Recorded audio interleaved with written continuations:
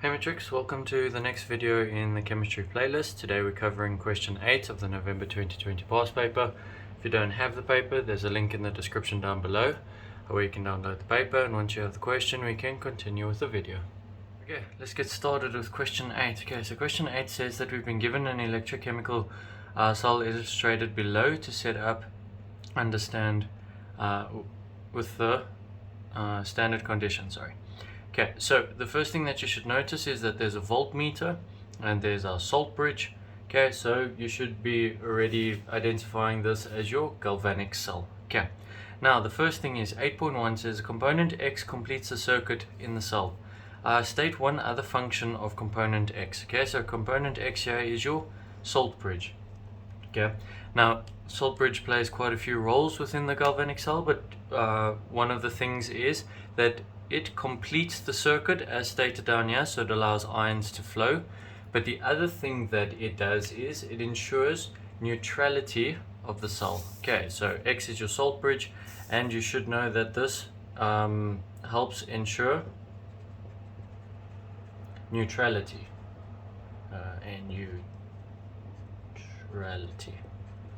Okay, now 8.2 says define the term anode. Okay, so now remember in the cells you've got an anode and a cathode.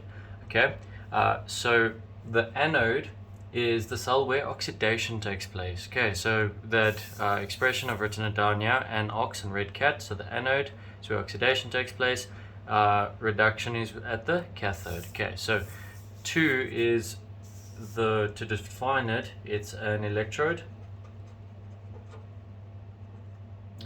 Nope, that's not how you spell it. Electrode where oxidation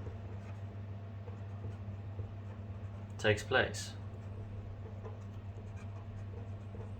Okay, now for 8.3, okay, it says identify the anode in the cell above. Okay, so we've just defined what an anode is. It's where oxidation takes place. Okay, so now if we look at the following cell up here, okay, where is oxidation going to be taking place? Okay, well, we can see over here, okay, we have platinum. First of all, if you identify, this is just your standard hydrogen cell. Okay, so we have a platinum electrode, we have hydrogen gas bubbling off, we have our salt bridge over here.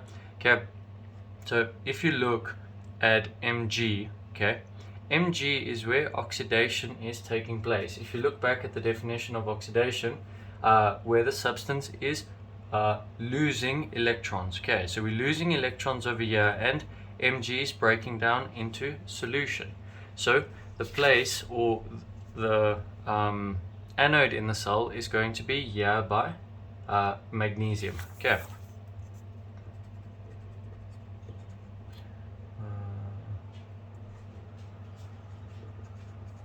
Okay, now if we look at 8.4, says write down. Okay, now 8.4.1 says the reduction half cell reaction taking place in the cell. Okay, now note the keyword here is the reduction half cell. Okay, so we know that oxidation is happening at magnesium, therefore reduction needs to be happening here at the platinum. Okay, but remember this is our standard hydrogen cell, so we're not going to be looking for platinum on our table, we're going to be looking for hydrogen. Okay, now in your exam you're going to be using table 4b. Okay, and now we go down and we find the hydrogen half reaction. Okay, we can see it's the one in the middle here, but now we want the reduction reaction taking place. Okay, so reduction is the substance gaining electrons. Okay, so if we write down the half cell reaction for that, okay, it's going to be H2. Okay, if we look here on the table, it's H2 is gaining, because we said that reduction is a substance that gains electrons. So H2 is gaining electrons. So we're going to write H in the direction, or we're going to be writing this reaction in the reverse direction. So it's going to be H2 is then going to go to 2H plus 2 electrons. Okay, so we're indicating that it's gaining electrons here. Okay, now if we look at 8.4.2, okay, it says name or formula of the reducing agent in the cell. Okay, so if you go back to your definition for reducing agent, okay, it's a substance which loses electrons. Okay, so if we look which substance is losing electrons, that's going to be the magnesium. Okay, so 8.4.2 is again your magnesium. Okay, now 8.5 says calculate the initial voltmeter reading in the cell under standard conditions. Okay, so now all we need to do is we need to go back to our reduction table, okay, and we need to find oxygen and we need to find magnesium. Okay, I mean not oxygen, hydrogen. So hydrogen we know has a E or potential of 0.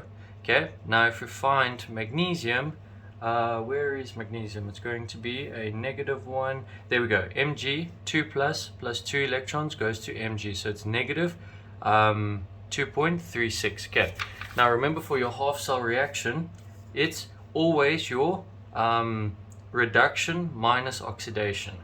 Okay, so in this case it's going to be whatever's being reduced, which is your hydrogen, and we know that that's 0.00 minus whatever's being oxidized, okay, or where the oxidation is taking place, and that's my magnesium, which we know is negative 2.36.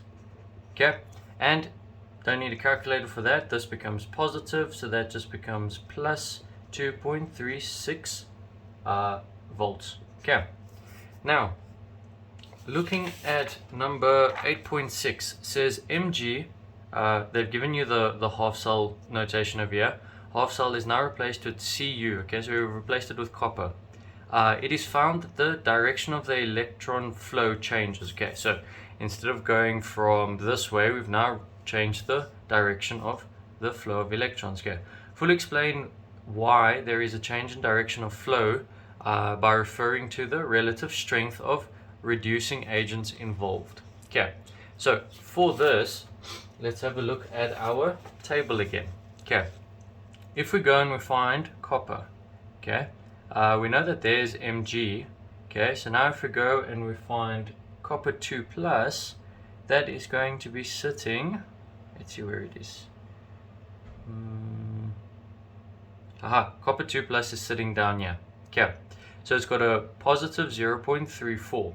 So now we can see that hydrogen is sitting above copper 2 plus in our table. Okay, so what is this telling us? Well, if we read on the side of the table, it says increasing oxidizing ability as we move down, and it says increasing reducing ability as we move up. So we can see here that H2 is a stronger reducing agent than Cu. Okay, so that's the first thing we can state, is that H is stronger reducing agent than Cu. Okay, why? Because it's sitting higher up on our table. Okay, and then therefore Cu ions are reduced and H2 is oxidized. Okay, so then we say that H is being oxidized.